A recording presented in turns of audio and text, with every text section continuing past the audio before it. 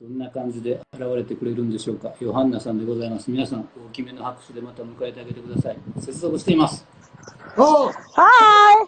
ヨハンナさん、ありがとう。I'm a little bit late. I'm so sorry. So, hi, I'm Johanna. I'm actually responsible for sales and hospitality here at Villa Wolf. So, if you ever get the chance to meet us here in Wachenheim, give me a call. I'm here for you. And I'm actually in the vineyards right now. I'm at Pechstein. There are lots of people there. Yeah. Yes. Yeah. Hi, guys. Want to have a look? So I'm twisting the camera. Can you see it? Oh. So I'm in the middle of the vineyards in the rows, and I want you to have a look at these beautiful grapes. They're looking so wonderful right now. And we are actually about harvest is super close. We will actually start next Tuesday with sparkling. Tuesday, so. Yeah, it's very early this year, but we are actually very happy because we had enough rain, but still could be more. But we're quite happy. But it's getting earlier and earlier, and we can see this pretty much every year. But anyways, it's always a matter of having too hot temperatures or too much rain if we get a lot of diseases such as botrytis or mildew. So this year was quite healthy.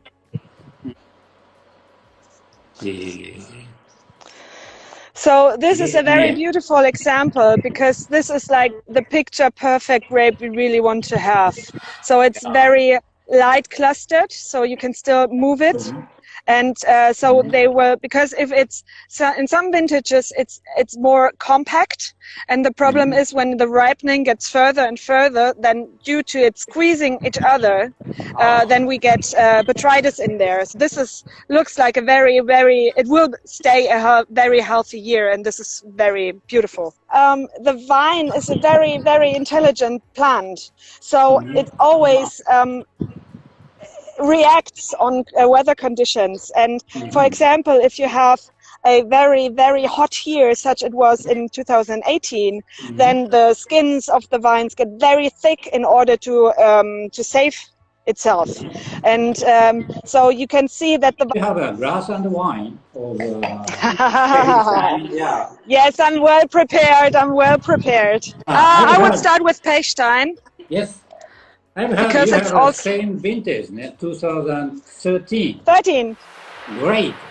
It's great. Yes. Nice.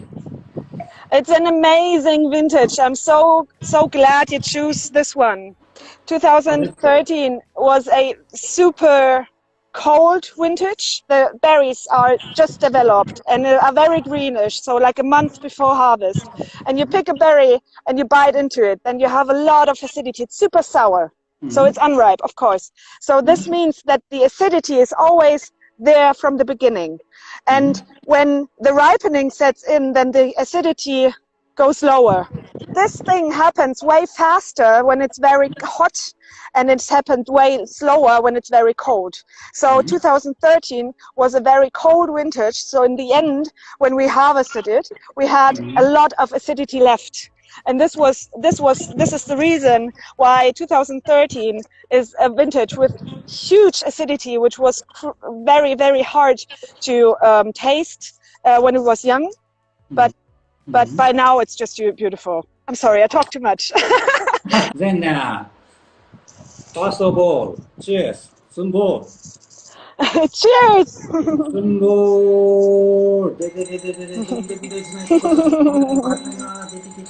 2013年というヴィンテージですけれども、彼女が今興奮気味に素晴らしいということを言ってるのは、涼しかったヴィンテージなんですね。寒いとですね、もう青森のリンゴみたいなもので結構ブドウにも酸がしっかり残るわけです。で、酸が残るとですね、若い時には私結構好きなんですけど、ぐわっと舌がギュッとなるぐらい、まあ梅干しとまでは言いませんけど、連想するぐらいの酸がこのリースリングにはあるんですけれども、これだからもう6年7年ぐらい経ってきてるので、すると酸っていうのがね、なんか溶け込んできてね、穏やかになってくるんですよ。プラスその酸に隠れていたいろんなすごくタイトな果実味っていうのが出てきてですね、すごくバランスが取れて、私リースリング大好き人間ですけど、この13年ペヒシュタインっていうのは本当に名手です。素晴らしい。これが3000円台です。3900円。Which is Grand Cru? It is our Grand Cru, and because this is actually the highest end of our Rieslings you can have. This is because this vineyard has such a high value. Yes. ボトルアップでもう一度見たいという、sorry。ボトルが見たいという人がいたので、このボトルを映したまま、これね、すごいんですよ。3900円で言いましたけど、この名門の醸造所の、これ、グランクルのトップレンジなんです。もうこれ以上の辛口のリースリングは彼女のところは作ってないんですね。ただ、このいわゆるこの、ドイツワインお詳しい方は、ここに、この悲しいのかいいのか、和紙のマークがついてないっていうね。このことによってなのか何なのか、いわゆるドイツのその和紙のマークのグランクリュとはこれは名乗ってないんですけど、実質、それと同じ品質の、カテゴリーのものであるということで、何が言いたいのかというと、これは安いですね。本当にすごい。6年、7年寝かしてこんな値段っていうのはありえん感じです。はい。Pechstein is a very, very special vineyard to us. It's beautiful that you have the map in the background. I think people see it. And you see there, Pechstein over there is written in black. And a super rare soil. So in this case, we have volcanic soil because above Pechstein there starts the forest. And within the forest there used to be a volcano. And this volcano, the eruption is quite old, so we do not have any magma running here, but it has been, there was an eruption. And therefore we have in a whole forest area in the soils, we have a lot of this volcanic soil. Yeah, and it's a basalt ね。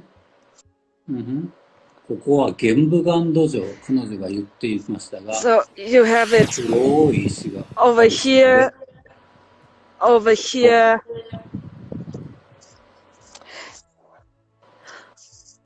Over here. It's the same one ね。This is a very, very rare soil. You don't usually find it in Germany.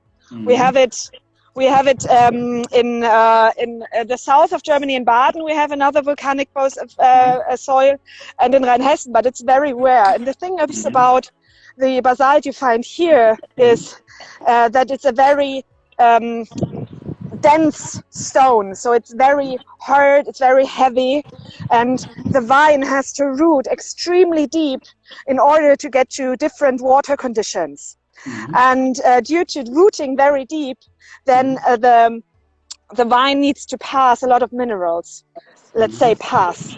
And so Pechstein is always a wine which is super high minerality and has always something saltiness in the end. So if you taste it, for me, in the very, very end on the palate, what always stays in Pechstein is very salty as well, as like you put salt in it.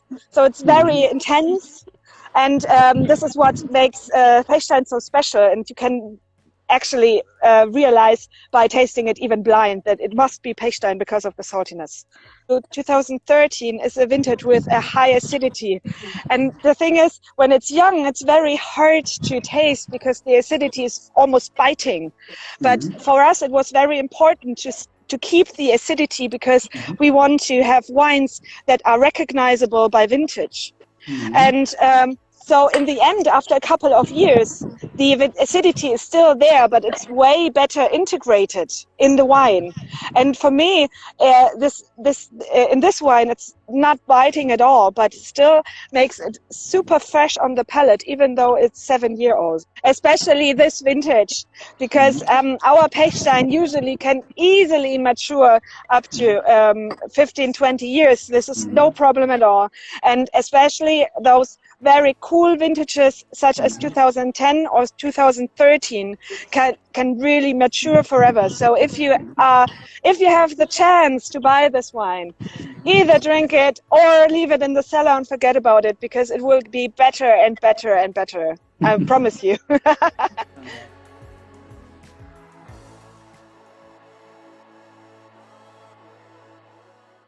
I cannot show you beautiful Riesling wine anymore because we did a really tough decision. and replanted our Riesling, which is so sad. But we realized that this particular vineyard has even more potential than for Riesling, because I will show you now why. Oh. If you have a look down there, you see like all the white dots. I don't even have to point it out because it's huge. We have a lot of white stones in here, and this is a very special material because it's limestone. And limestone is also not really common here in this region. We have the highest amount of limestone in the region of Wachenheim here in our Belz. Ah, it's a Pinot Noir. And it's a very beautiful Pinot Noir. We have to pick it earlier, but this is very good because in this case we have a lot time for being really passionate about our Pinot Noir before the big harvest starts with our Rieslings. So also I'm very happy that you picked out this wine, because it's also a very good vintage. If you think of German vintages, especially in aging, then people love about 2010, 2013, 2015, because they were vintages who had quite a peak, who were kind of different, who were either fully ripe and very aromatic or rather very acidic. And people tend to forget about 2012 because it was, if you think back, it was pretty much average. But for me, it is not average at all because it was one of the most beautiful vintages, very harmonic. I always like to tell the story that in 2012 I just began my career in winemaking, and I was picking the first grapes, and my viticulture, so he's caring for the vineyards, and he was looking at me and said, "Johanna, take a close look at those grapes." And I was like, "Okay, yes, I do. Yeah, grapes. What shall I see?" And he's like, "You will never see them as healthy again in your whole life, because it was a vintage which was just perfect from A to Z. We had enough rain, we had enough summer, we had enough temperatures, but we're still a rather cooler vintage. So but sure, it's just perfect." Oh, sorry, I talked again too much. No. Yeah, it's very emotional. Yeah, I can understand that. Yeah. Translate also. It's very moved. Thank you. But this is a wine I really love at Villa-Wolf because it's if it's not only the vintage. I mean, the vintage was so harmonic, and I think you can feel it in the wine right now because you have like the perfect amount of sweetness, acidity, and still you have a lot of fruit.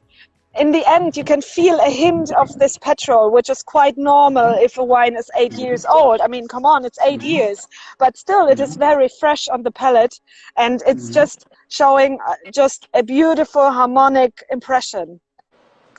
Yes, and I think it was the perfect idea to start with Pechstein, even it is the vineyard, which is, of course, the wine is more complex, but I think that Belz is showing so smooth that for me it is a better order to start with Pechstein, because Pechstein is rather very straight. It has a lot of mineral structures, where Belz is very smooth, very light, very elegant, of course. And for me, this of course shows beautiful if you combine both.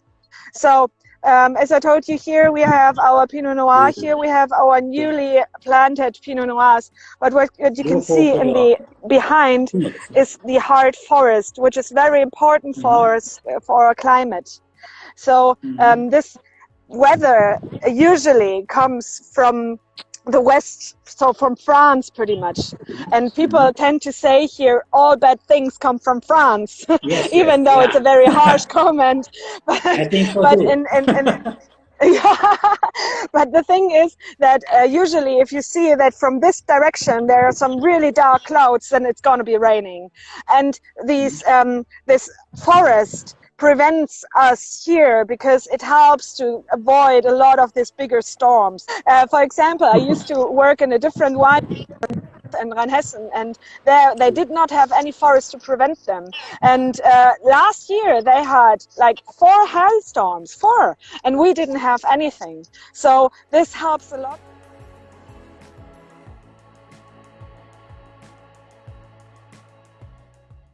So we have a huge tradition in winemaking, and I think you will see it by the view of our little villa.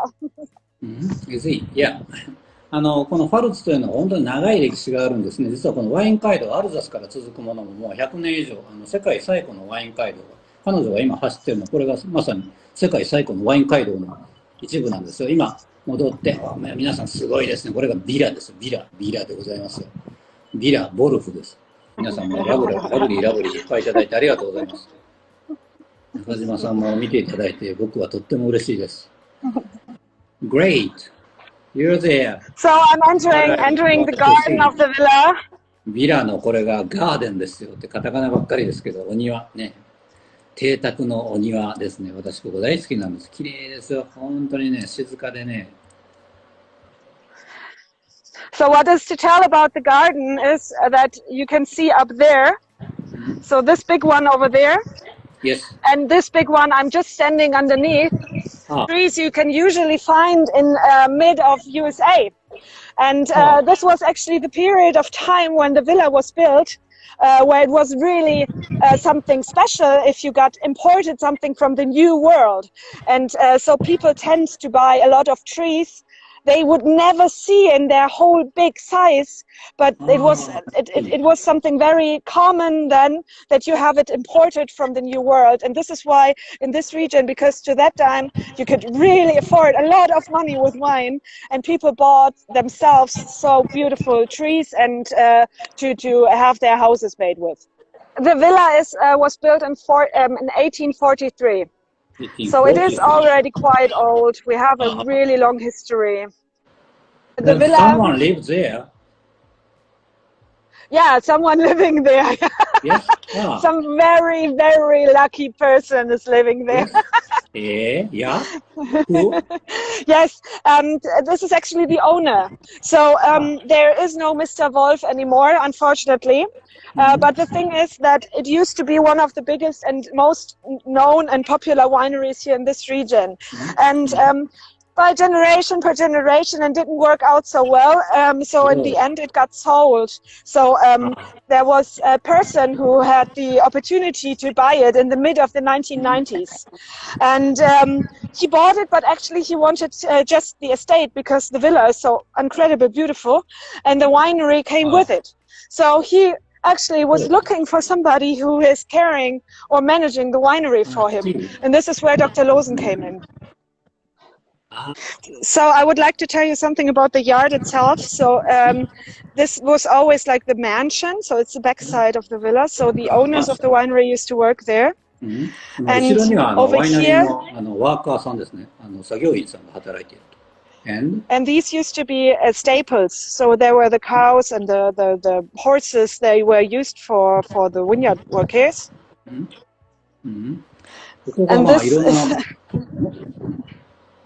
And this is actually the house where the workers lived for the employees. And this is the winery. ここが醸造所ですね。テイスティング場があって、地下にワインのいわゆる作る醸造所が本当にあります。Yeah. I hope you have enjoyed that little tour. Yeah, great. You make such a nice, great job. Thank you. Hopefully see you here in Wachenheim once. Thank you for your time. Okay, great. Yeah, and bye-bye. Yeah, have a nice harvest. Thank you.